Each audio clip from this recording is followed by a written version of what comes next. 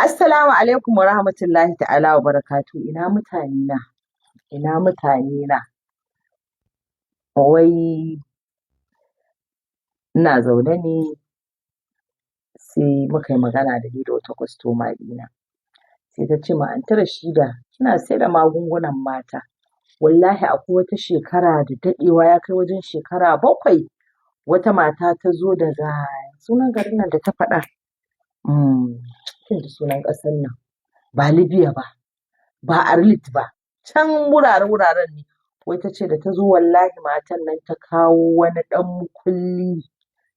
Ta ce wallahi idan mijinki mai irin neman matan nan ne mazinaci ne mutumin nan matan nan ta kawo maganin nan ta ce wallahi Hajiya Rashida ni dai da na sayi wannan ɗan mukullin na ga amfanin shi.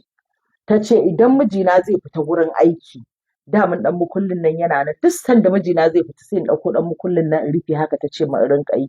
Ta ce wallahi mijina da neman mata da zina duk inda duk wata shegiya idan ta kai sunanta ta san mijina. Tunda mutum ne mai kuɗi mai arziki ba shi da aiki sai zalmalulin shi kullum a hannunsa yake. Matan nan ta kawo min ɗan mukulli ta ce Rashida ina ma za ki samu hanyar da za a kawo ɗan mukulli. Na ce mata kinga ɗan mukulli kike nema? To ai kin zo gurin Rashida ai ɗan mukulli yana cikin abin da nake siyarwa a Mesa a Fashion and Beauty Palace amma ba na tallansa a social media. Amma yau tun da gaba ɗaya rayuwar ta da social media bari in tallata ko wasu ma za su gani su siya. Na ce mata ni ko nake da ɗan mukulli. Ta ce min to dan Allah faka tana son na aika mata da ɗan mukullin nan. Tana Sakkwato da ƙanwata kuma a birnin Kebbi duka sun yi amfani da ɗan mukullin a lokacin amma ta Rashida alisa irin nata ne naki alisa naki yana yin aiki. Kin gani wata ta zo da ɗan mukullin nan ba na ce kin ga wata kika ce ni kuma me sa a ƙasar nan ci ni a guda Rashida me sa a ni ma in mata sakkwatanci.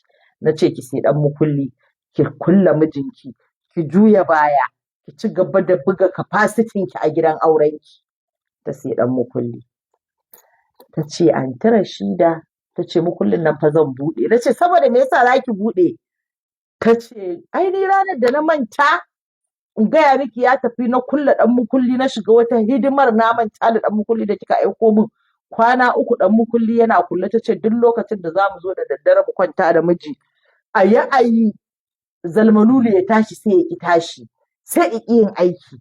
Sai mijina ya ce min shi fa da mu wannan problem ɗin wallahi yana ta faruwa da shi ya rasa menene yasa wannan matsalar take faruwa da shi. Sai ta ce mishi a ina take faruwa? To ai ni ban taɓa ganin mun zo za mu yi wannan da ni da kai ba mun za mu kwanciya aure mun ga irin haka in ba yau ba. Sai ce mata shi wallahi ya daɗe yana ganin wannan abin.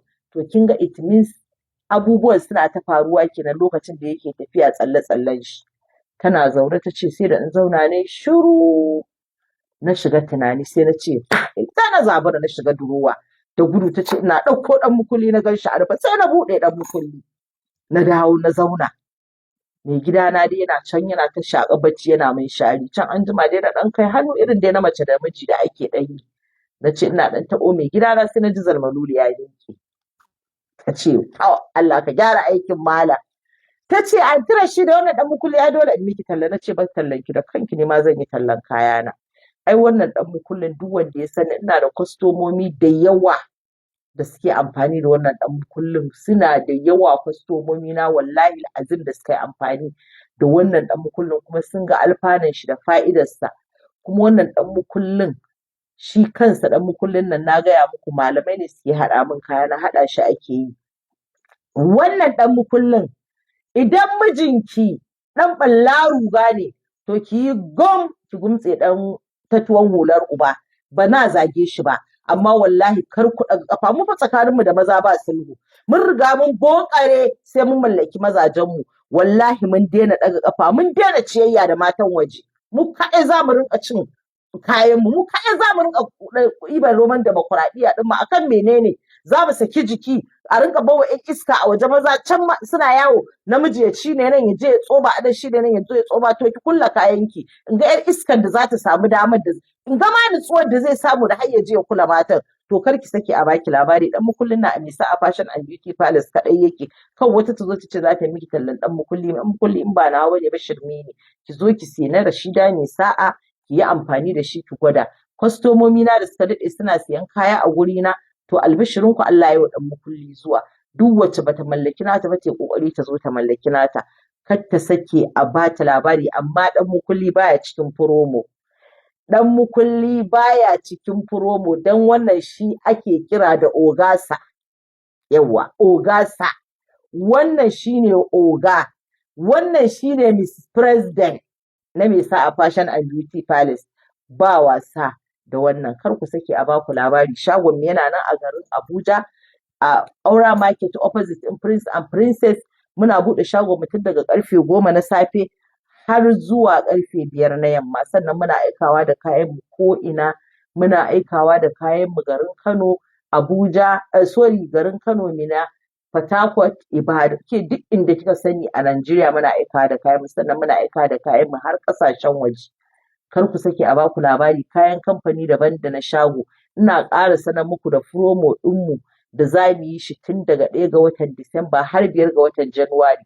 Kar ku sake a baku labari, amma ɗan mukulli baya cikin promo. Yawwa, ɗan mukulli baya cikin promo, saboda kan ku ce ai me yasa kin ce har da ɗan mukulli. Shi yasa nake faɗa muku da babban murya.